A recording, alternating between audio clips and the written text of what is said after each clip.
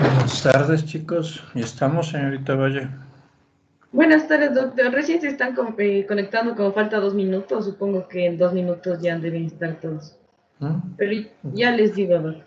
Entonces yo he estado adelantado, ya tengo 6:05. Sí, sí, tiene razón.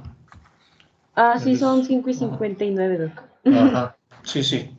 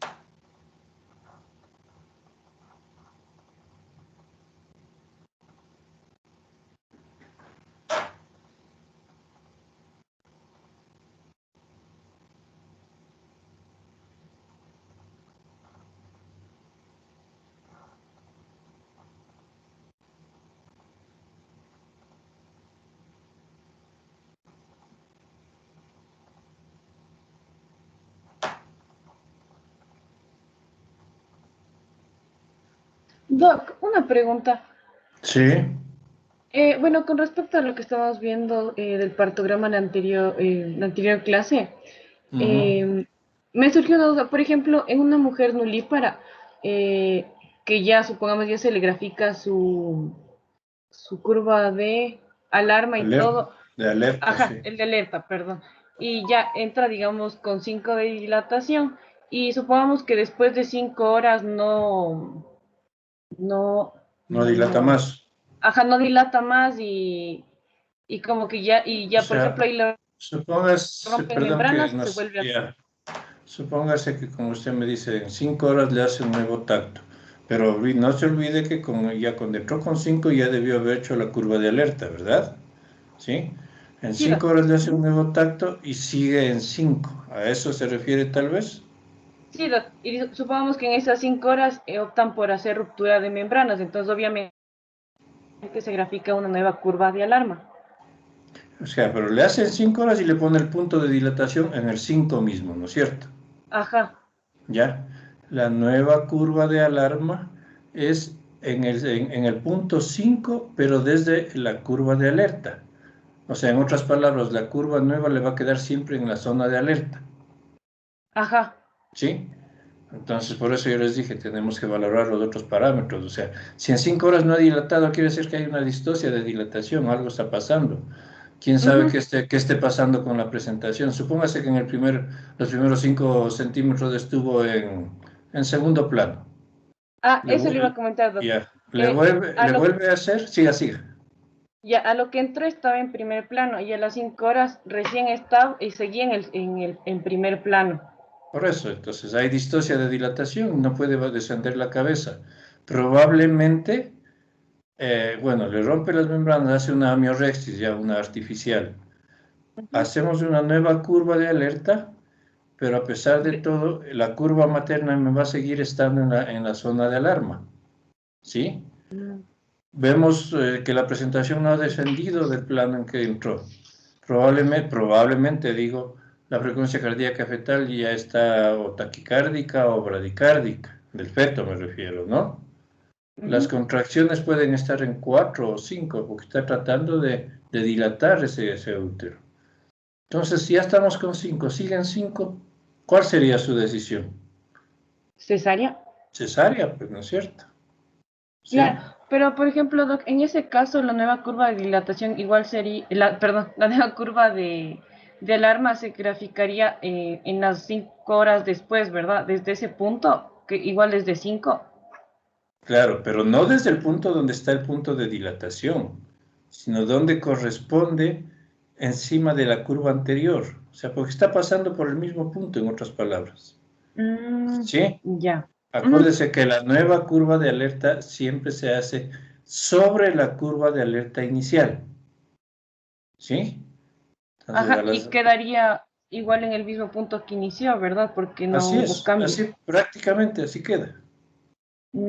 Ya, Sí, o sea, prácticamente así queda. no se piensa mucho y se hace, no se piensa mucho y se hace de O una sea, vez la cesárea, ¿verdad? claro, pues, ya estamos con compromiso de bienestar fetal, distocia de dilatación, en 5 horas nada de dilatación, entonces directo a la cesárea, porque podemos tener problemas con el feto. Ya, doc. Muchas gracias. Ya, ya enviaron los deberes, ¿no?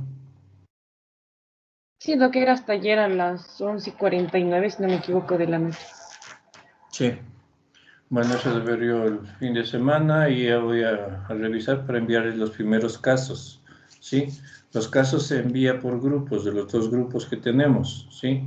Un caso a un grupo, otro caso al otro grupo. Cada caso tienen preguntas que resolver referentes al caso y referentes al tema del diagnóstico. Son preguntas teóricas. Tienen que ustedes, verbalmente les digo, tienen que hacer unas consultas, poner bibliografía y todo. Y los casos sí, eso sí me envían por mail, porque por el aula y todo eso son un poquito pesados, ¿no? Con las consultas y todo salen un mínimo de 5 o 6 hojas los casos. Entonces, para que me envíen por mail, eso yo sí les voy a poner cuando les envíe los casos por cada uno de los grupos, ¿no? Estarán ser pendientes. Ya, Listo. ¿Cómo estamos de quórum? ¿Ya estamos o no? sí, doc, ya estamos completos. Ya, ok. Entonces, ya hemos visto, diríamos, las partes iniciales, pero ya partes, pues, relacionadas con la materia, ¿no? Hemos visto el control prenatal, hemos visto la historia clínica perinatal, que es la base para seguir los controles prenatales, hemos visto la parte de anatomía general de la pelvis, pelvimetría, como una preparación para ver lo que es el parto. Hemos visto los cambios que se producen en el embarazo, los cambios fisiológicos, metabólicos, etcétera, y basados en eso es lo que vamos a ver ahora, pero ya la reversión de esos cambios, ¿no? Ya vimos el partograma, que es la forma de controlar la evaluación, de evaluar la labor de parto, ¿ok? Entonces la paciente, entre comillas, supuestamente ya dio a luz y entra a la etapa del puerperio. Y habíamos indicado antes, el puerperio comienza desde que se termina el alumbramiento, ¿ok? Entonces, eh, vamos a revisar lo más general, lo más, no diríamos importante, todo es importante, lo más llamativo relacionado a los distintos cambios que son también fisiológicos en el puerperio normal y alguna que otra cosita relacionada con el puerperio patológico. Algunas de esas cosas las veremos en la siguiente clase, que ya veremos algo de patología, como son hemorragias de la primera mitad del embarazo, que nos tocaría revisar el lunes. De hecho, pues esto del parto de la mujer eh, que da luz, desde tiempos antiguos, pues a la pobre mujer se la confinaba después de dar a luz y se la dejaba sola, sin bañarse, con su bebé, etcétera. Entonces, fíjense esa imagen, pues eso es lo máximo que se hacía en compañía de otras personas que la atendían el parto y ella se quedaba sola, ¿no? Hay incluso en nuestras culturas, eh, no recuerdo, hay un libro de Jorge Icaza, creo que no me acuerdo mucho, creo que se llama El Éxodo de Yangana.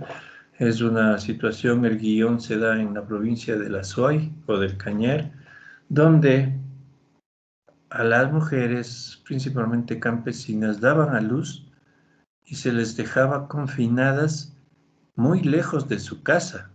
Y confinadas, ¿saben por qué tiempo? Un mínimo de 45 días, ¿no? Entonces es por esto que, por así decirlo, pues los conceptos ancestrales del puerperio nos hablan de que se refiere al periodo de confinamiento durante el parto e inmediatamente después de él. Durante el parto la paciente ya está confinada, ya está con la persona que la atiende el parto, la familia, nadie la ve, etcétera, etcétera. No, pero ya digo, son situaciones de tipo ancestral, cultural, estas cosas. Pero ya dentro de la parte médica, pues el puerperio constituye aquel periodo de transformaciones progresivas involutivas de orden anatómico y funcional, que hacen regresar paulatinamente todas las modificaciones que se produjeron durante la gravidez al estado basal normal pregravidez, ¿no?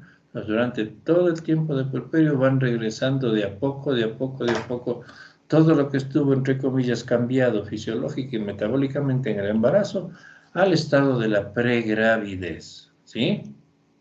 Hay ciertas, no diríamos discordancias, pero varias clasificaciones del puerperio, ¿no? Mencionaremos a dos de ellas. Por ejemplo, hay varias denominaciones en cuanto a las etapas o fases del puerperio. Es como así como se tiene puerperio inmediato o precoz, que serían las primeras 24 horas posalumbramiento. El temprano hasta la primera semana, hasta los primeros 7 días, y el remoto hasta la sexta semana, que más o menos son 45 días. Es una forma de denominar a las etapas o fases del puerperio, pero de las más usadas y que debemos conocerlas, no diríamos más, pero que sí debemos tenerlas más en cuenta, son estas. El inmediato, puerperio inmediato, es el que comprende las primeras 24 horas, sí, donde ya comienzan los mecanismos hemostáticos uterinos dentro de la involución. El mediato o puerperio propiamente dicho, ¿sí? Es el que va desde el segundo hasta el 10.º día. Comienzan aquí los mecanismos involutivos generales y a la lactancia. El tardío, este se va aproximadamente hasta los 45 días, desde el 11.º, ¿no? 11.º hasta los 45 días. En esta etapa es probable que ya se inicie, que haya menstruación inclusive, y el aparecimiento de la menstruación indica la finalización de la etapa tardía. No siempre va a haber menstruación, pero cuando aparece, usualmente aparece, como les digo, entre los 40 y 45 días, ¿sí? Y esto estaría pues indicando la finalización del puerperio en general, la etapa tardía. Se habla también de un puerperio alejado, que sería desde el día 46 hasta los 6 meses, ¿no? Inclusive, algunos autores indican que podemos hablar de un puerperio alejado hasta los 12 meses posparto, hasta el año. Creo que algún rato ya conversamos algo de esto, les dije o les mencioné algo. Hay mortalidades maternas, hay causas de mortalidad materna que una paciente puede haberse muerto a los 10, 11 meses, por ejemplo, como consecuencia de una patología que apareció en el embarazo, entonces muerte materna. Y si eso sucede, pues estaba en el puerperio alejado, por ejemplo. Claro que no vamos a pensar que una paciente a los 10 meses de verdad a luz es atropellada, fallece y es una causa indirecta para haber muerto, ¿no? No ha muerto por una causa directa relacionada con el parto, ¿sí? Entonces eso también hay que aquilatar, ¿no? Entonces sería lo más utilizado lo que acabamos de indicar. Dentro de la fisiología, sí, Una pregunta, entonces, por ejemplo, en el tardío hay veces que la menstruación llega a los 30 días, así, igual sería ahí ya la finalización o no, debe ser usualmente, por regla hasta los no, 45. no. Usualmente cuando aparece la regla entre los 40 y 45 indicaría la terminación de la fase tardía. Hay mujeres que incluso al mes ya están menstruando, pero pueden ser por ovulaciones totalmente incompletas. Quizás las que no están dando de lactar, por ejemplo, ¿sí? Ya están menstruando, pero no vamos a decir, ahí ya se acabó el puerperio, ¿sí? Entonces, por definición, cuando aparece la menstruación, cuando aparece, que vuelvo a repetir, no es en todas, entre 40 y 45 días hablamos de que está finalizando, entre comillas, del puerperio tardío, ¿sí? Entonces, del inmediato y el mediato, pues, como dijimos, ya comienza la retractibilidad, que es un fenómeno permanente y pasivo de acortamiento definitivo de las fibras musculares uterinas, ¿sí? Acortamiento quiere decir, o sea, van disminuyendo, no queremos decir de corte, ¿no? Entonces, ya, fíjense, hasta el mediato siguen disminuyendo o acortándose definitivamente la fibra muscular lisa, ¿sí? Del útero.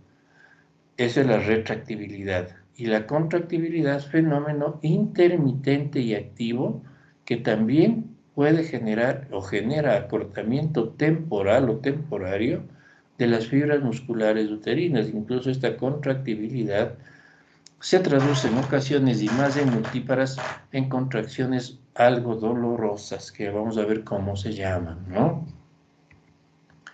En el tardío, pues, durante el tardío, entre los 30 a 45 días, puede reaparecer lo que estábamos antes hablando, la ovulación, y en caso de no haber fecundación, puede reaparecer la menstruación, ¿sí? Más que nada esto se relaciona con mujeres que están prácticamente o no dando de lactar o no dieron nunca de lactar, ¿no?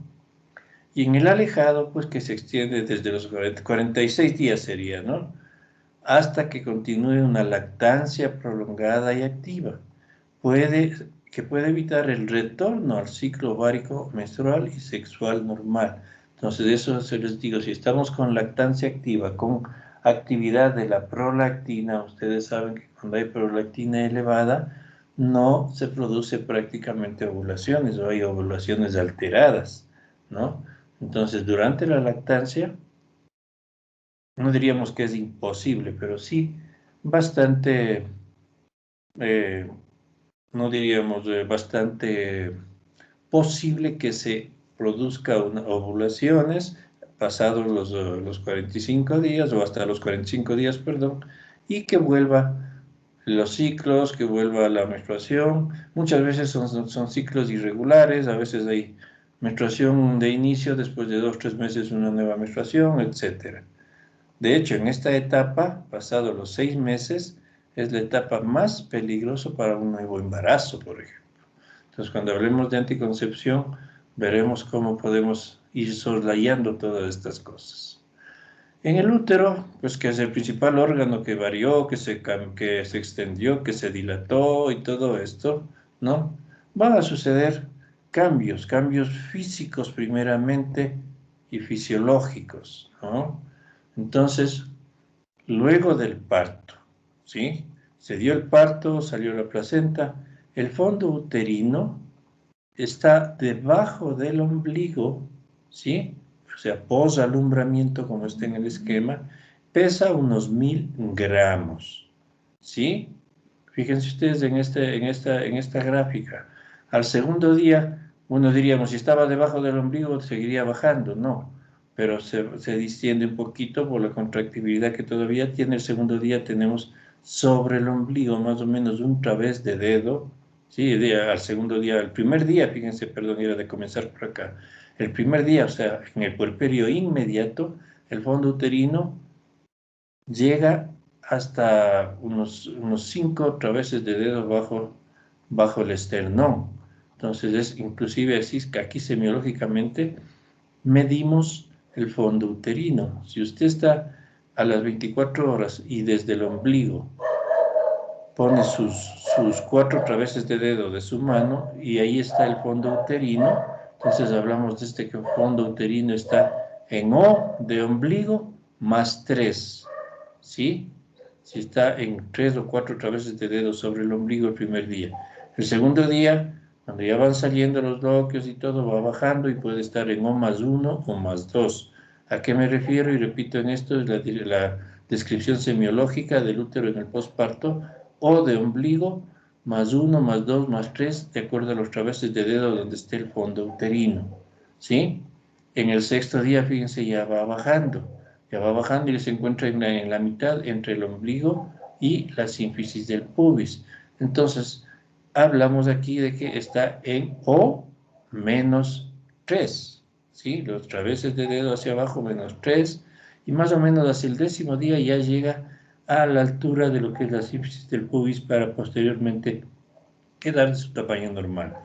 Esto es la descripción académica regular, lo que sucede usualmente, pero no en todas las mujeres sucede igualito, ¿no? Pero es la referencia que debemos tener en esto. Entonces, fíjense, en peso, una semana más tarde pesa 500 gramos. En la segunda semana está a nivel de la pelvis verdadera, como dijimos, pesa 300 gramos. A las 4 semanas ya casi recupera su tamaño normal. Fíjense, si al 10.º día estamos diciendo, ya está metiéndose debajo de la sínfisis del pubis, ¿sí? A las 4 semanas al mes recupera prácticamente su tamaño normal y pesa 100 gramos, ¿sí? Tal es el caso de que, por ejemplo, entre la cuarta y sexta semana postparto o de puerperio, ¿sí? Es una de las indicaciones como para poner, por ejemplo, un dispositivo intrauterino, una T. ¿Por qué? Porque ya está con tamaño normal, a pesar de que en el postparto inmediato se puede poner una T. Hay técnicas especiales con pinzas especiales para poner la T en el fondo del útero y Ts especiales que tienen unas guías. Las guías son los hilos de la T que quedan fuera del útero. Claro que no hay una alta, pero sí una relativa moderada incidencia de expulsión, ¿no? Pero se puede poner. De hecho, en la anticoncepción postparto inmediato o post-evento obstétrico se considera la colocación de un dispositivo, ¿sí? 10 minutos inmediatamente salido la placenta o máximo hasta las 48 horas, ¿sí? Hablando de colocación de una T. Pero si es que ya estamos dejando el espacio, debemos colocar o poner una T pasada las 4 a 6 semanas para que ya el útero está de tamaño prácticamente normal. Las células musculares lisas involucionan mucho de tamaño y también el estroma, ¿sí? El número total de células musculares no disminuye, disminuye es el tamaño, ¿ok? Los vasos uterinos, pues que tenían una activa circulación durante el embarazo, luego del parto, el calibre de los vasos, ¿sí? De los vasos pélvicos y los vasos uterinos, a que estaban aumentados en el embarazo, disminuye el calibre anterior a la gestación, ¿no? En el útero puerperal, los grandes vasos sanguíneos van obliterándose por cambios hialinos, con resorción gradual y se sustituyen por vasos más pequeños. O sea, se van obliterando los grandes vasos y van sustituyéndose por vasos pequeños. Puede persistir vestigios menores de vasos más grandes durante algún tiempo, durante mucho tiempo. En el cérvix, ¿sí? Acuérdense que durante el embarazo, durante el parto principalmente, ya tenemos lo que se llama el segmento. El segmento es lo que antes era el istmo, ¿no? El segmento, la unión entre el cuerpo y el cuello del útero, ¿ok? La apertura cervical, ¿no? La apertura cervical está acá arriba, lo que está acá abajo es vagina, por si acaso. Acá arriba está el cuello, ¿sí? La apertura cervical se contrae lentamente de lo que estaba abierto, ¿no es cierto? Va contrayéndose, va reagrupándose la colágena del cérvix. Los primeros días admite con facilidad los dedos, o sea, ¿qué quiere decir? Si hiciéramos un tacto en las primeras 48 horas postparto, podemos introducir hasta 2 dedos dentro del cuello del útero. Al final de la primera semana se hace más grueso, se cierra y forma un canal, ¿sí? Que ya viene a ser el conducto endocervical al final de la primera semana, que es ya más grueso. El segmento uterino se contrae y retrae. Durante algunas semanas este segmento se transforma nuevamente a lo que es el istmo uterino, casi imperceptible, pues entre el cuerpo y el orificio interno del cuello. El epitelio va remodelándose en grado considerable, el epitelio. Fíjense aquí, esta es una foto de un cuello luego de un parto, pero no inmediato, ¿no? Ya probablemente es una foto tomada con una colposcopía después de algún tiempo, y es así más o menos como queda. Esto es lo que se llama un ectropio. ¿Qué es un ectropio? La superficialización o salida del epitelio glandular del endocervix hacia el exocervix. Es un ectropio. Más o menos así se ve un cuello luego de un parto, pero durante el puerperio tardío o ya después, incluso hasta varios años después. Mientras más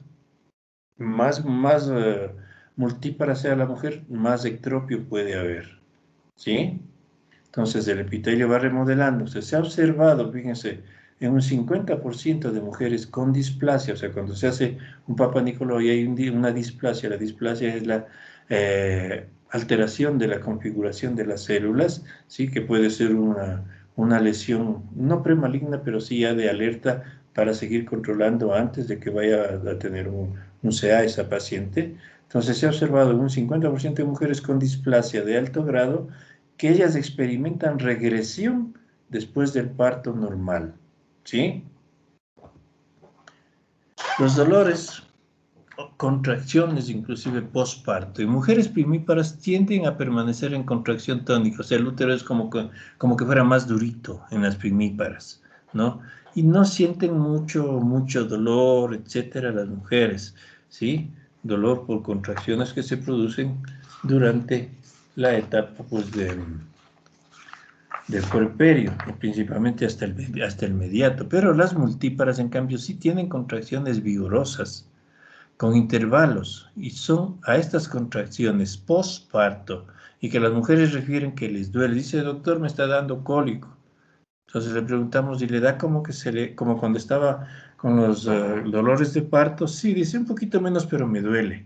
Entonces son contracciones. Eso se llama los entuertos, ¿sí? Y más relacionados todavía con la lactancia, ¿sí? Con la lactancia. La mujer está dando de lactar, deja de dar de lactar, a los pocos minutos comienza a tener contracciones en tuertos dolorosos. ¿Por qué será esto, Emilia Galarza, que le da dolor y que se contrae?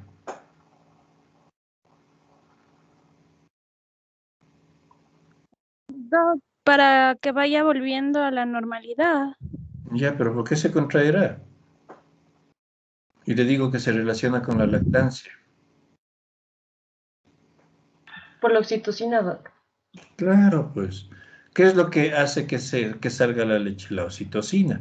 Y la oxitocina también va a contraer el útero que está disminuyendo de tamaño. Entonces se presentan contracciones dolorosas que se llaman entuertos, ¿sí? Los cuales van disminuyendo y son menos intensos, por ejemplo, hacia el tercer día. Y hasta el quinto día casi ya no hay. Claro que seguirá lactando, dando de lactar. A veces la mujer sentirá una especie como de cosquilleo cuando da de lactar, es como por la oxitocina, pero los primeros 3 a 5 días, hasta los 5 días sí pueden ser dolorosos. Hay tuertos, eso sí, hay que tener en cuenta, persistentes, si es que hay procesos de infección puerperal, infección uterina, endometritis, si hubo coriomenitis, etcétera, ¿no? Los loquios en el puerperio contienen eritrocitos, decidua exfoliada, ¿sí? Células epiteliales y también hay bacterias, ¿sí? Los loquios rojos los primeros días son de sangre casi pura, pero es sangre rojita rutilante. Cerosos del tercero a cuarto día, ya la sangre va cambiando a cerosos. Y blancos, loquios blancos, el 10.º día, ¿sí? Los loquios inclusive a veces pueden permanecer hasta un mes y medio. Los blancos son mezcla de leucocitos, poco líquido. Pueden durar en promedio entre 24 y 36 días. Los pacientes al mes les preguntamos todavía, hay que preguntar, si usted le pregunta, ¿sale loquio? La mujer se queda con la boca abierta, que me está preguntando el doctor o la doctora. Entonces, ¿todavía le sigue saliendo sangrecita o algo a través de la vagina? Sí, dice algo medio sanguinolento, medio blanquisco y todo eso. Estamos hablando de a los 15 o hasta los 30 días. Entonces hay que explicarle que eso va a seguir saliendo todavía un poquito, ¿no? La subinvolución, el útero recupera sus proporciones originales durante la subinvolución. Se acompaña esto de una prolongación del flujo de loquios, sangrado uterino un poquito irregular y excesivo, a veces hemorragia profusa, pero eso ya por otras causas que veremos en su momento. Al tacto bimanual el útero es más grande, por supuesto, y blando de lo esperado, cuando está subinvolucionando. Esta subinvolución, o sea, subinvolución quiere decir que no está involucionando bien. A eso se refiere la subinvolución, ¿ok? ¿No? Y esto podemos considerar pues uso de metilergonobina en dosis de 0,2 miligramos cada 3 o 4 horas durante las primeras 24 a 48 horas, aunque su eficacia como tal es cuestionable. ¿Para qué? Para generar mayor involución por contractibilidad uterina, ¿sí? Pero es parte de lo que podríamos hacer, no digo se debe hacer, ¿sí? Podemos valorar para ver cómo va involucionando y si hay mismo subinvolución, pues inclusive a veces se le administra, por ejemplo, no diría yo es preferible, pero otra alternativa que más a la mano se tiene inclusive es poner oxitocina, pero no oxitocina, por ejemplo, la oxitocina nos ponen los compañeros anestesiólogos luego de una cesárea.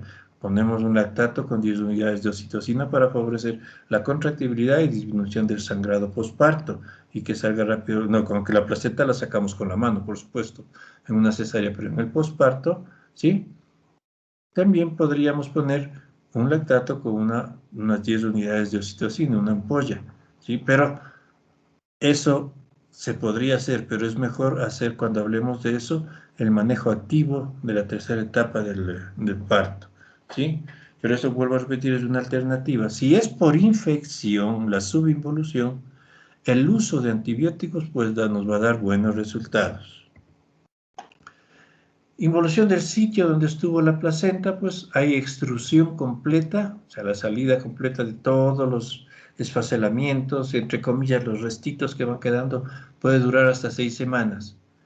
O desfacelamiento del tejido superficial, que están infartados, necrosados, después del proceso de remodelación, se va remodelando todo donde estaba el sitio de inserción de la placenta, y esto va seguido de un proceso pues reparador de las capas correspondientes endometriales. El sitio de inserción placentaria en las primeras horas postparto consta de numerosos vasos que van trombosándose, ¿no? Y finalmente se organizan al final de la segunda semana, y este sitio puede medir entre 3 a 4 centímetros de diámetro. De lo que estaba la placenta ahí, entre comillas, grandota, pues al final de la segunda semana ya llega a medir unos 3 o 4 el sitio donde estuvo inserta, ¿sí? El endometrio, a los 2 o 3 días, la decidua basal tiene 2 capas, ¿sí? La superficial, vendría a ser la que está ahí hacia la cavidad uterina, más o menos, se van desglosando y esfacela y sale con loquios. La basal es intacta y es la fuente del nuevo endometrio, ¿no? Este se origina gracias pues a la proliferación de vestigios glandulares del endometrio y el estroma del tejido conjuntivo interglandular. La regeneración del endometrio generalmente es rápida, aunque en la excepción del tubo sitio placentario es menos rápida la regeneración del endometrio en el sitio donde estuvo la placenta. Podemos tener en ocasiones, aunque es un avance de lo que hablaremos en su momento, una hemorragia postparto, ¿no? Podemos tener hemorragias postparto inmediatas y tardías, ¿sí? Una paciente que está tranquilamente después de 1 a 2 semanas, inclusive hasta 12 semanas, fíjense cómo ponemos allí, puede comenzar a sangrar. Entonces, desde las 24 a 12 semanas, podemos hablar de hemorragias tardías, principalmente las que pasan después de las 2 semanas, ¿no? Hemorragias pueden ser graves por involución anormal del sitio placentario principalmente, en ocasiones porque se ha quedado retenida una porción de placenta que se denomina pólipos placentarios, o por un pseudoaneurisma de la arteria uterina. Esto es mucho más raro, pero por lo general es involución, probablemente porque contiene restos, ¿sí? Una enfermedad hematológica como la de von Willebrand, ¿sí? Y otras coagulopatías también pueden provocar hemorragias puerperales tardías. El tratamiento, manejo inicial, pues podemos hacerlo con oxitocina, justamente la ergonovina, metilergonovina, o un análogo de las prostaglandinas como el misoprostol. En el tracto urinario de la mujer puérpera, tenemos que había una hiperfiltración glomerular en el embarazo. Esto persiste el primer día posparto, pero se restablece en 2 semanas, ¿sí? Y ya no es hiperfiltración, sino una filtración regular. Va desapareciendo la hipervolemia. ¿Por qué? Porque hay diuresis puerperal, ¿sí? Y la diuresis puerperal, que en ocasiones puede ser como que fuera una poliuria, ¿sí? Es o constituye la reversión fisiológica de la hipervolemia del embarazo. La vejiga mantiene una sobredistensión, un vaciado incompleto, y puede haber orina residual excesiva con lo cual puede haber poliuria y puede ser asiento de infección como ayuda a generarnos una bacteriuria, ¿no? La pelvis y los ureteres, ¿sí? Vuelven a la normalidad entre la segunda y octava semana luego del parto. Hay que tomar en cuenta que, por ejemplo, la duración del segundo estadio del trabajo de parto, la circunferencia cefálica, la cabecita del recién nacido y el peso al nacer, a más de la episiotomía, pueden terminar o pueden ser, diríamos, los que pueden estimular una probable incontinencia por estrés después del parto. Esto hay que estar, digamos, con buena observación para ver cómo está y todo eso y poder subsanar esto, ¿sí?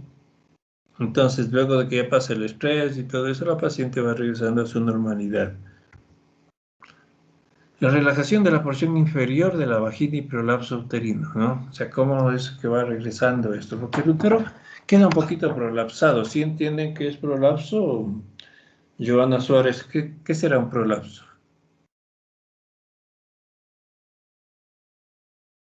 Buenas noches, doctor. Sería la salida de un tejido fuera de su, Sí, o de su sea, sitio. entre comillas, la bajada, la caída, el útero queda un poquito prolapsado, bajado un poquito, cuando ya regresa a la normalidad, ¿no? Entonces a eso se refiere esto. El tamaño de la vagina y el orificio vaginal disminuye. Rara vez realmente vuelve a las dimensiones de la nulípara, ¿sí? Forman pasajes espaciosos de paredes lisas. Las rugosidades de las paredes vaginales van reapareciendo hacia la tercera semana, pero son menos prominentes que cuando eran antes, diríamos, ¿no? El himen queda como pequeños apéndices o colgajos pequeños, eso ya habíamos indicado algún otro rato, son las carúnculas miltiformes, ¿no? El epitelio vaginal empieza a proliferar desde la cuarta a 6 semanas y al mismo tiempo pues puede restablecerse la producción ovárica de estrógeno, es lo que decíamos, podría llegar a establecerse los ciclos y todo eso a las 6 semanas, ¿no? Las laceraciones o distensiones del perineo durante el parto en ocasiones provocan o podrían provocar relajación del tercio inferior de la vagina. Es por esto que si hay desgarros, tenemos que ser muy, muy, muy, sería pues muy, muy, muy estrictos en suturar bien, en coger bien los desgarros y también en episiotomía, en suturar plano por plano, porque si es que queda medio a veces torcido, mal suturado, podría generarse distensiones, ¿sí? O sea, por las distensiones del parto pueden generar relajación del tercio inferior de la vagina, ¿sí? Entonces hay que ser, para eso tenemos que tener una buena capacitación en esas cosas. El peritoneo y la pared abdominal. Los ligamentos ancho y redondo son mucho más laxos y tardan algún tiempo en recuperarse. La pared abdominal está blanda y flácida, ¿sí? De lo que estaba distendida, pues queda blanda, flácida, como resultado de la ruptura de fibras elásticas de la piel y también por la distensión que produce el útero grávido. Esto va a durar varias semanas y favorece esto el ejercicio, la recuperación favorece el ejercicio. Entonces, ¿qué les decimos a la paciente? Hay muchos pacientes que por recomendaciones de la vecina, de la tienda, de la abuelita, no hagas nada, no quédate sentada, por no decir quédate en la cama, que tienen todavía la idea esa de los confinamientos muchas veces, ¿no? Entonces, una paciente ya desde el puerperio inmediato puede comenzar, por supuesto, a movilizarse, puede comenzar a hacer cierto tipo hasta de ejercicio muy, muy finito, pero puede hacerlo. Y ya en el puerperio tardío puede recuperar su forma de hacer ejercicios aeróbicos y todo. Y esto favorece la recuperación del abdomen, para que no quede flácido. Las estrías abdominales van desapareciendo y la pared abdominal vuelve al aspecto pregrávido. Si los músculos permanecen atónicos, ¿sí? Sin tono, quiere decir, la pared abdominal también permanece laxa. Algunas veces, si hablamos la otra vez de esto, hay una separación notable de los músculos rectos y se genera diástasis de los rectos que luego de seguir estas situaciones, los consejos y todo, hasta con el ejercicio, pueden llegar nuevamente a plegarse. En raras ocasiones queda abierto y diastasado y puede provocarse hernias, entonces esto ya es para una corrección quirúrgica. En la sangre, pues, el trabajo de parto y después, por lo general hay leucocitosis, hay trombocitosis, ¿no? Bastantes marcadas. Fíjense, leucocitosis podemos llegar a tener hasta 30.000 sin una causa infecciosa, ¿no? Con predominio de granulocitos, hay linfopenia y eosinopenia absoluta. A la primera semana vuelven a niveles normales, ¿sí? De 7 a 10 días más o menos.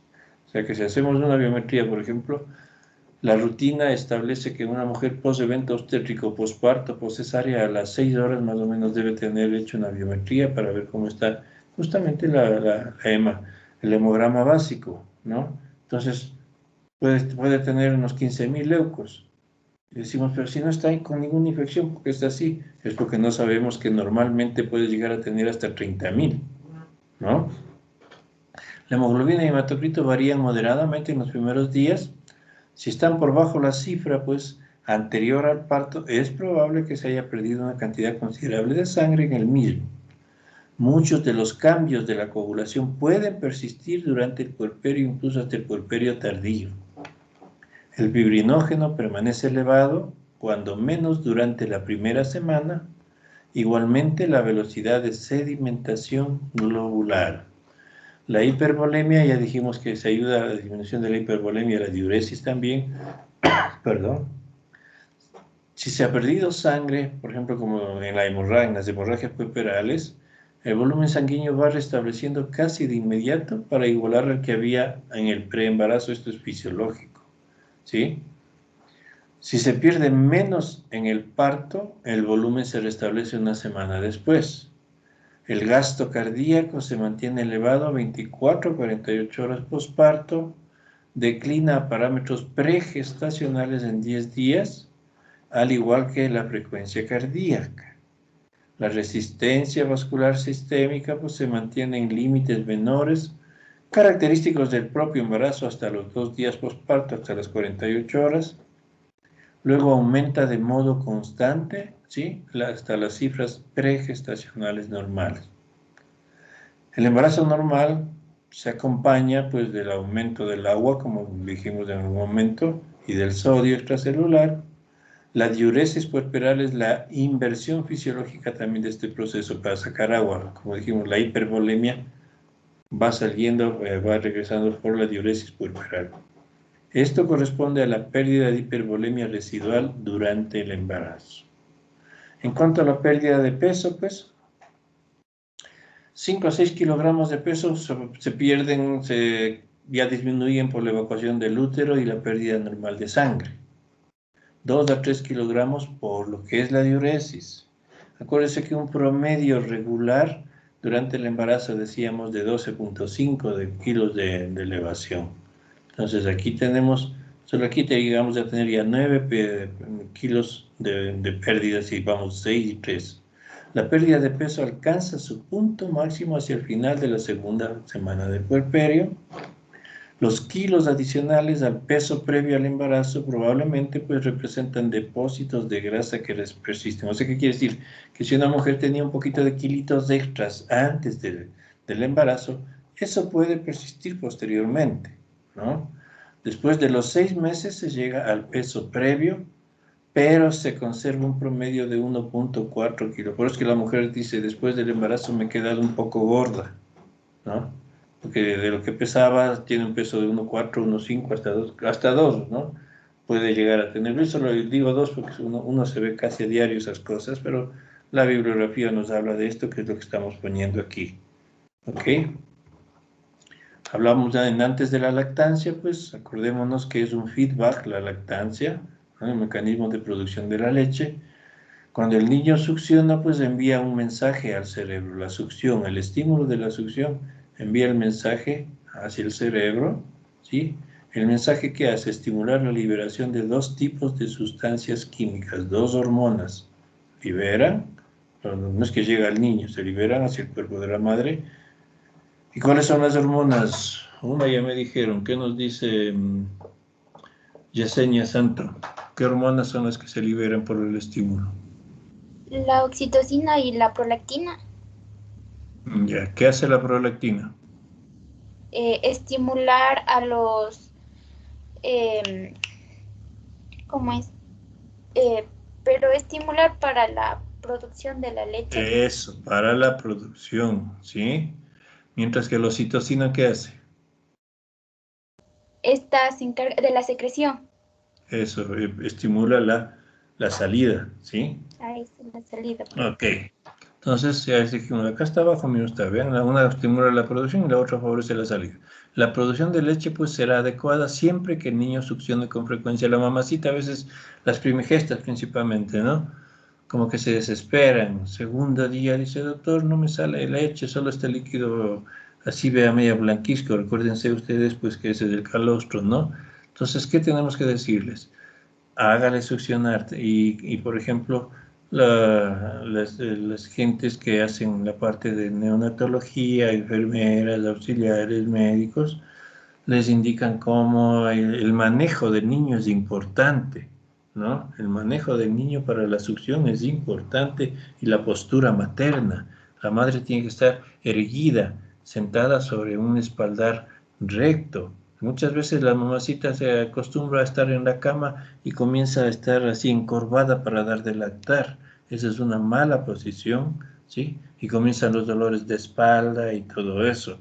Y la succión que tiene que coger directamente el pezón. Es que no tengo pezón. Entonces hay que ayudarles para sacar el pezón. Una forma muy criolla de sacar un pezón, probablemente, no sé si alguien les dijo, ¿alguna de las chicas es mamá?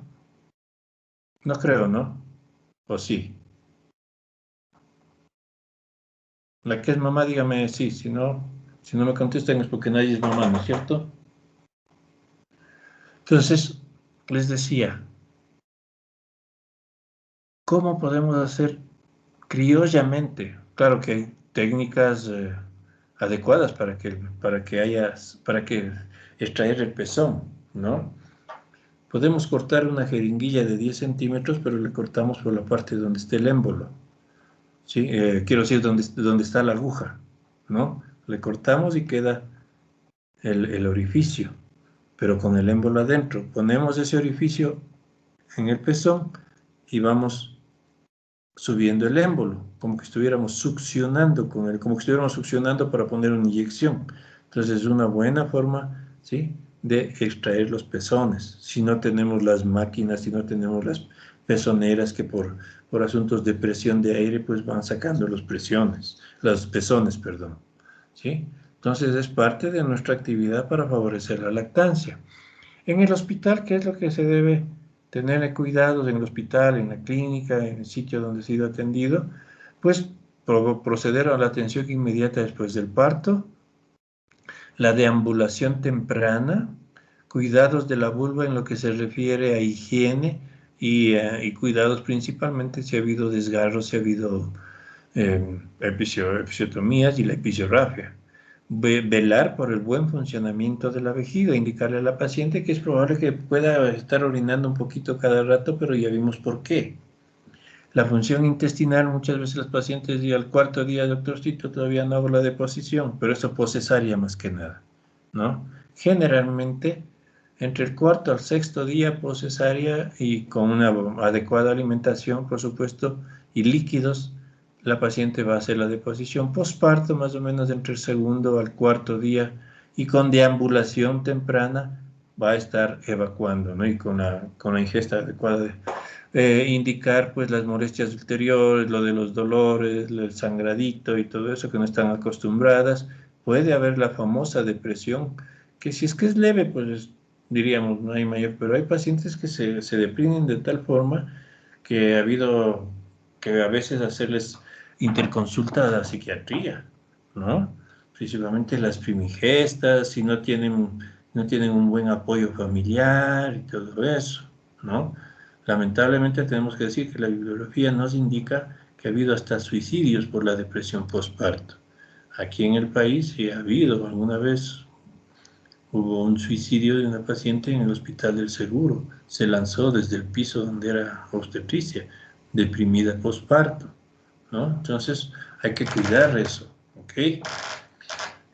Indicar sobre la relajación de la pared abdominal, cómo va quedando, cómo va a ir mejorando.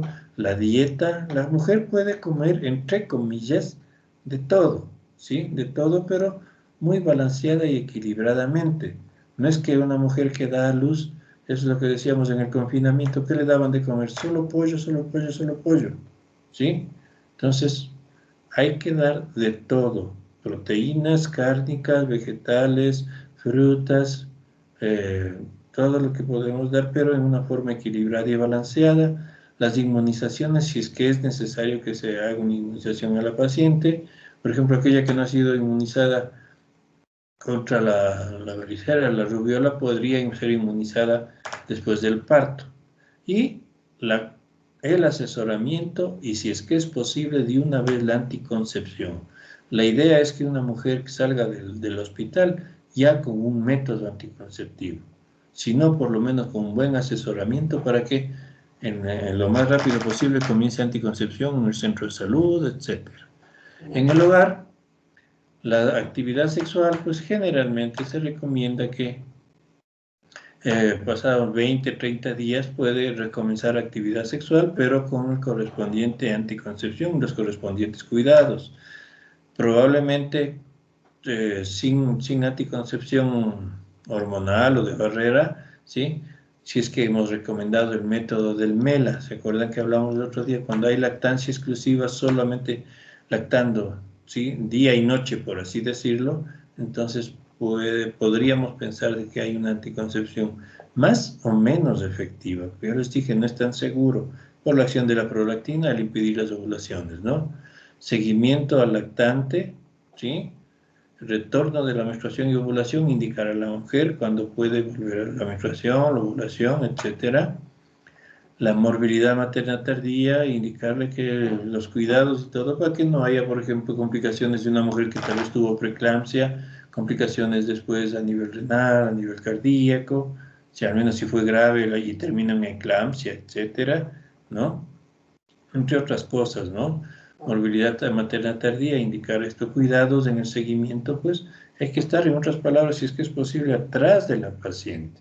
Bien, entonces tenemos unos pequeños tips sobre los puerperios patológicos. Las principales complicaciones en el puerperio pueden ser hemorragia posparto, placenta normalmente adherida que puede generar retención y hemorragias, infecciones, trastornos de la lactancia y la depresión postparto. Estos son los principales abanicos dentro de las patologías más frecuentes. La hemorragia postparto pues, puede ocurrir después del tercer periodo de parto. Cuando el volumen supera los 500 mililitros hablamos de hemorragia. Puede ser inmediata en las primeras 24 horas y tardía, como vimos, inclusive a veces hasta 12 semanas. ¿Sí? Pues la biometría hemática nos va a servir para valorar cuánto más o menos cualitativamente ha perdido de sangre y qué nos sirve más que nada la hemoglobina. Si ha habido hemorragia y tenemos una hemoglobina menos de 10 en el puerperio, esa paciente está con anemia por la hemorragia, ¿sí? Entonces, algo podemos hacer comenzando la administración de hierro y, por supuesto, pues manejando la hemorragia, ¿no? En la atonía uterina, que es algo más o menos frecuente para hemorragias, las causas, trabajo de parto prolongado, embarazo múltiple, placentas previas, hipertensión y la acción de ciertos anestésicos. ¿Cómo podemos prevenir la atonía uterina? Con un adecuado control prenatal, evitar en lo posible trastornos hipertensivos, entre los que está la preeclampsia, valorar el grado de anemia, ¿no?, para tratamiento, tener el grupo sanguíneo para transfusiones cuando sea necesario, riguroso control del trabajo de parto, ¿sí?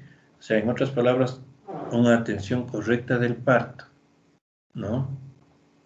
Diagnóstico, pues, hemorragia profusa en el posparto, útero blando y muy elevado. Se conserva muy elevado en lo que decíamos, pues, de dónde debe estar el fondo uterino.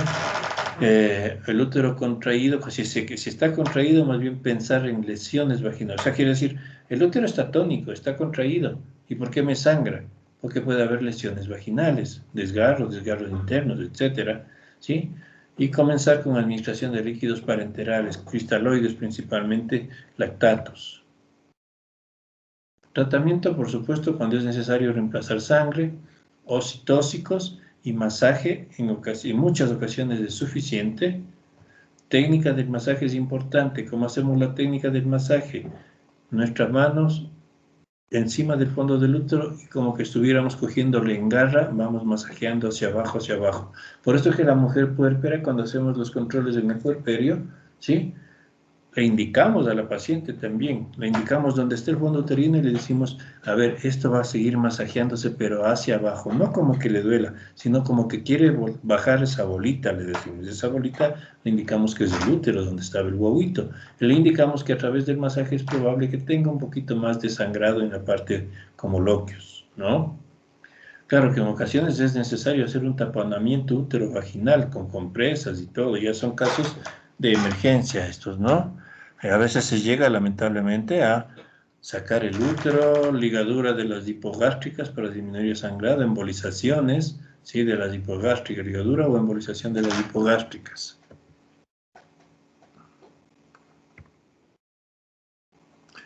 En cuanto a la retención de placenta o de restos o cotiledones, pues la placenta debe ser expulsada casi por lo normal 20 minutos después del parto, ¿sí? Si hay demora y hemorragia, indican pues que tenemos que hacer un alumbramiento artificial. ¿A qué se refiere? Tenemos que hacer una extracción manual de la placenta. En estos casos se requiere de anestesia. Como el cuello está dilatado, ¿sí?, vamos a extraerle a la placenta. Introducimos nuestra mano enguantada, por supuesto, ¿sí?, subiendo a través del cordón umbilical, pasamos el cuello uterino y nos vamos a ubicar la placenta por los bordes de la placenta.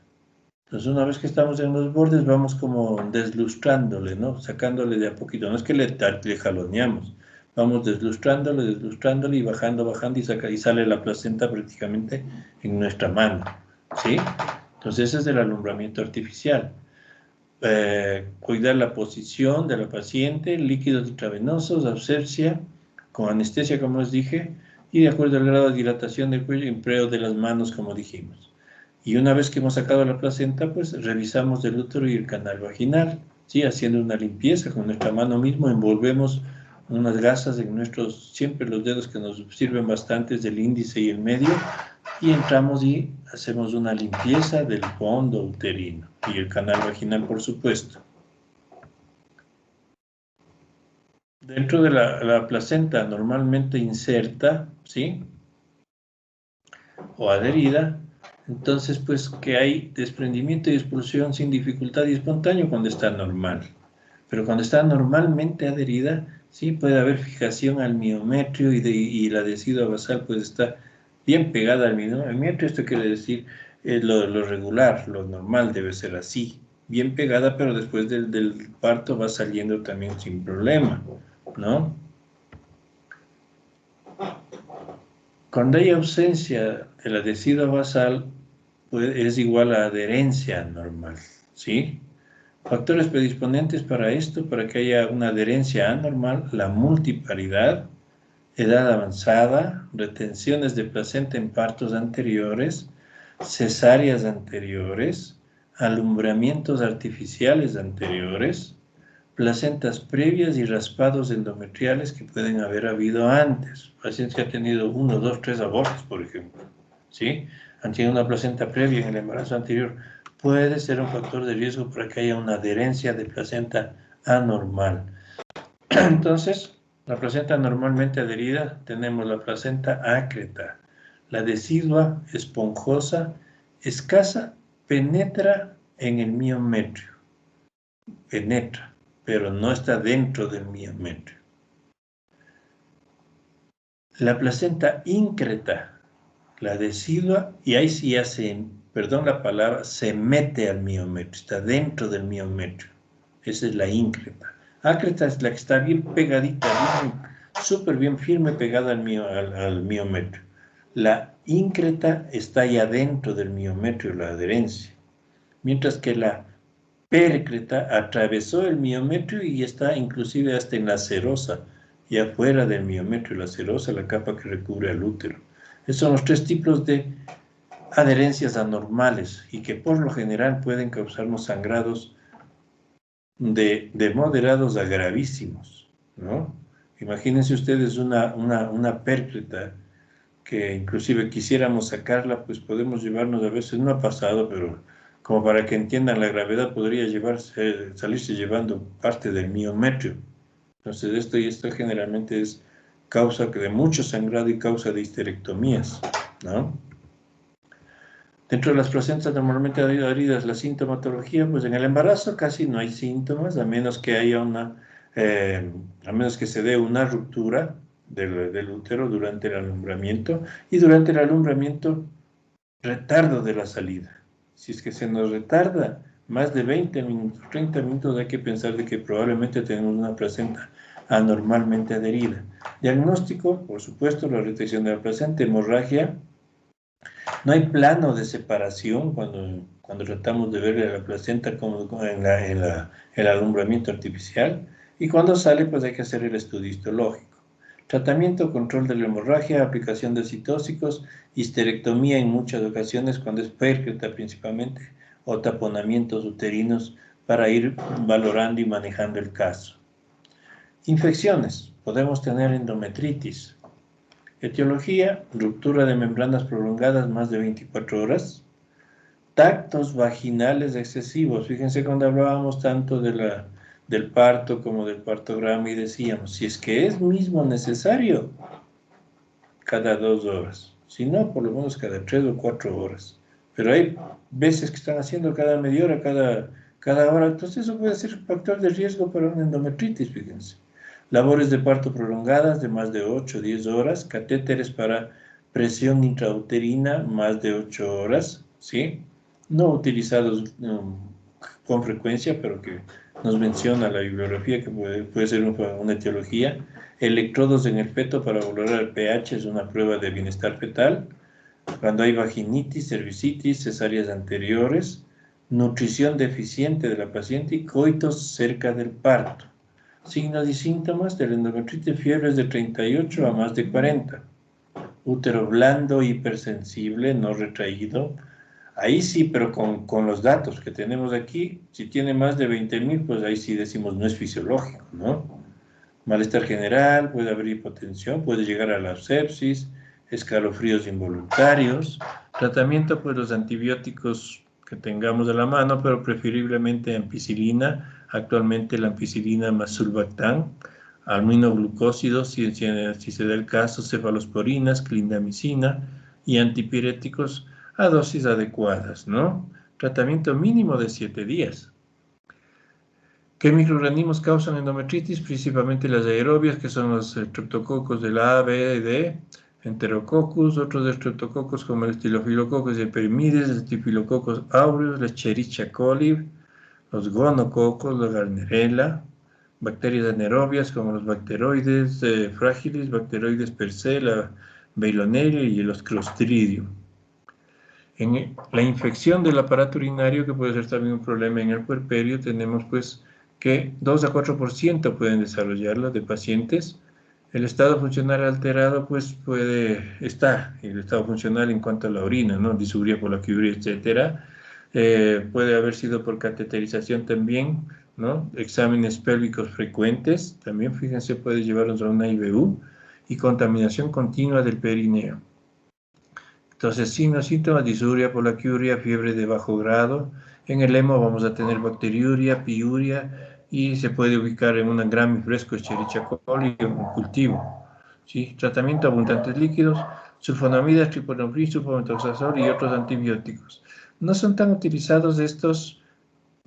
Si ustedes me dicen por qué, porque a nivel de nuestras instituciones no tenemos estos medicamentos, pero sí tenemos ampicilina, sí tenemos cefalexina, sí tenemos clindamicina, etcétera. Entonces, pues, no digo que hay que utilizar el antibiótico que esté a mano, pero sí el que nos va a ir para una IBU, ¿no?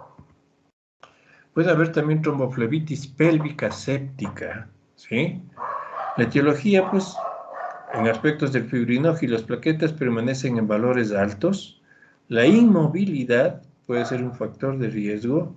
La infección y el traumatismo, o sea, paciente que dio a luz y se queda en la cama, está inmóvil y todo eso puede darnos esto. Sintomatología, fiebre en picos de agujas, taquicardia en reposo, leucocitosis muy marcada. Tratamiento, pues, anticoagulación con heparinas a dosis totalmente anticoagulantes. Lo que se utiliza es la enoxiheparina en dosis de 60 miligramos, ¿sí? Diarios, ¿no? Hay ampollas de 40 y de 60. Cuando ya estamos con un caso de esto, puede utilizar mínimo 60 y por 10 días. Infecciones de las heridas de cesárea, que puede ser otro proceso infeccioso en el puerperio, ¿sí? Podemos tener factores de riesgo que la obesidad, la diabetes, hospitalizaciones prolongadas antes de la intervención, ¿sí? O sea que estuvo hospitalizada ustedes unos 2 meses en el hospital previo a dar a luz porque estuvo con una amenaza de parto, por ejemplo, de parto prematuro, ¿no? Ruptura de membranas prolongadas, endometritis también. La endometritis puede ser un factor de riesgo para que haya infección de la herida de la cesárea, trabajo de parto prolongado. Signos y síntomas, fiebre hasta el 4.º o 5.º día, eritema de la zona de la herida, endurecimiento, hipersensibilidad. A veces presionamos la herida y puede haber drenaje espontáneo de líquido y en muchas ocasiones líquido purulento. Hacemos el cultivo y ahí lo más frecuente es que hay estafilococcus, streptococcus y Escherichia coli. Tratamiento, por supuesto, si ya tenemos declarada la infección de la herida de la cesárea. Limpieza mecánica es la base fundamental. O sea, ¿qué quiere decir? Tenemos que abrirla. Pero no abrimos hasta el útero de nuevo, sino generalmente la infección es desde la aponeurosis hacia arriba. Rara vez puede penetrar hasta el peritoneo y todo, y es una complicación más grave. La abertura de la herida favorece el drenaje, como dijimos. Queda abierta, ya no resuturamos, pero sí podemos tapar la herida con gasas empapadas en solución salina al 0,9%, 2 a 3 veces por día. Cuando hay esto, realmente se hace curaciones ni siquiera diarias, como vemos aquí, 2 a 3 veces por día, curaciones y limpiezas. Profilaxis para que no haya infección justamente de la herida. Durante la cesárea podemos utilizar cefazolina, 1 gramo intravenoso. Cuando se pinza el cordón, una vez que sale el guauito, le pinzamos el cordón, le decimos al anestesiólogo, dame poniendo 1 gramo de cefazolina, y luego cuando ya acabamos la cirugía, decimos colocar 2 dosis más cada 6 horas, o también se puede poner, pues, cefazolina, 1 gramo cada 8 horas por 3 dosis, solemos poner para profilaxis de heridas de cesárea también, ¿no? Infecciones de la episiotomía. La frecuencia es baja, ¿sí? Se da más que nada cuando hay aberturas grandes y son más propensas a infectarse. Puede haber infecciones añadidas y dan mayor riesgo de infección. Signos y síntomas, dolor en el sitio de la episiotomía, drenaje, o sea, cuando hay infección de la episiotomía generalmente se está abierta la sutura, la episiorrafia. Entonces, cuando se abre, creo que sí les dije la otra vez, se llama dehiscencia de sutura, dehiscencia de la episiorrafia, ¿sí? Entonces, puede haber drenajes espontáneos a través de la epicio abierta, y puede haber incontinencia fecal cuando tal vez la epicio se fue acompañada de un desgarro y llegó a la pared del recto. Se abre la incisión y está cubierta por una membrana necrótica que cuando se lo cura tenemos que sacar esas membranas necróticas. Hay que hacer un examen rectovaginal y generalmente lo causa es el estafilococcus. Tratamiento, pues limpieza mecánica es la base fundamental, también mínimo diariamente, dejar que la herida cierre espontáneamente, esto es importante, que si ha infectado la episiotomía no hay que resuturar, cierra espontáneamente a la vuelta de 10 a 15 días con correcta higiene y correcta curación, ¿sí? Si el periné si está desgarrado, pues el periné sí lo podemos suturar, ¿sí? Fíjense, sutura de periné, perineorrafia, ¿no? Otra situación que puede dar por el mal manejo de los chiquitos y todas las mamás, la mastitis, ¿no? Son complicaciones poco comunes, pero pueden presentarse, aunque más común es en primigestas y mucho más común en primigestas jóvenes, ¿no? Resultado, por ejemplo, de traumatismos del pezón por mala lactancia, ¿no? Y puede ser causado por Staphylococcus aureus. Hay mamas hinchadas, hipersensibles, tensas, enrojecidas y calientes, ¿sí? Podemos tener adenopatías axilares, la temperatura está elevada, secreción purulenta a veces, ¿no? A través del seno y leucocitosis, ¿sí? En este caso, pues, si hay secreción purulenta, se disminuye, se quita la lactancia hasta que disminuya el edema y la infección en ese seno. Solamente se procede a hacer extracciones mecánicas de la leche de ese seno. Tratamiento, vendaje apretado. O sea, ¿qué hacemos? En el hospital pues les ponemos las compañeras de enfermeras, los auxiliares saben hacerlo eso, decimos, véndele los senos. Entonces, con una sábana doblada, sábana pequeña, por supuesto, ¿no? Le vendan los senos, ¿sí? Restricción de la estimulación mamaria, o sea, de la lactancia, analgésicos. Utilizamos bromocriptina como para disminuir la secreción láctea, ¿sí? 2,5 miligramos 2 veces al día por 10 días.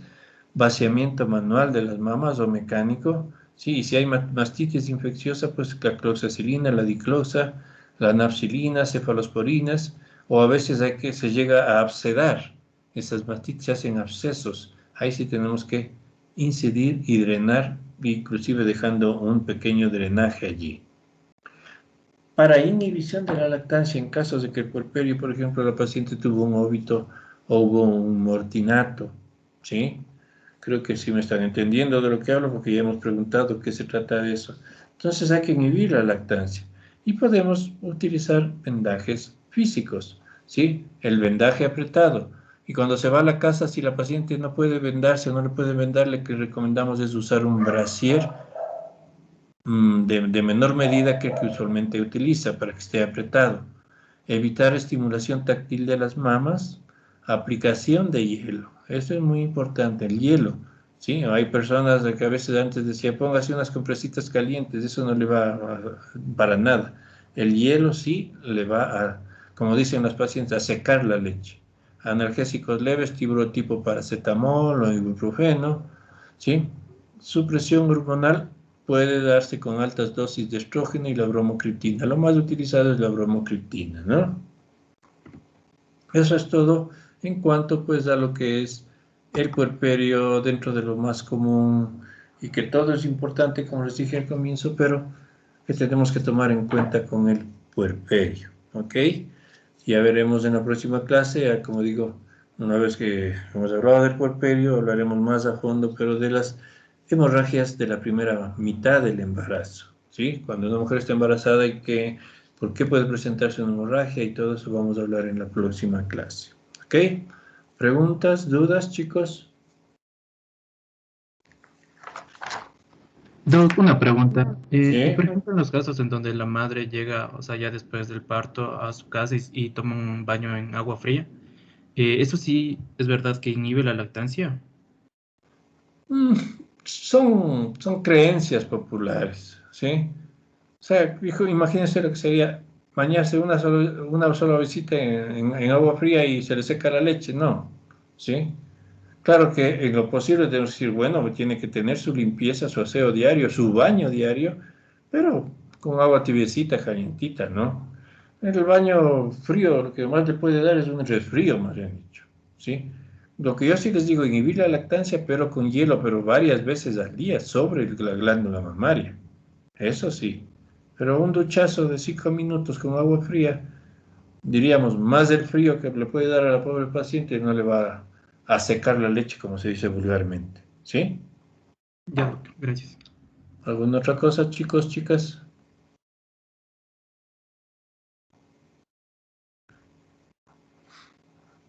Ok, entonces nos vemos el lunes y ya revisaré la última tarea y fin de semana estarán al pendiente, pues vamos a mandarlo probablemente ya un caso.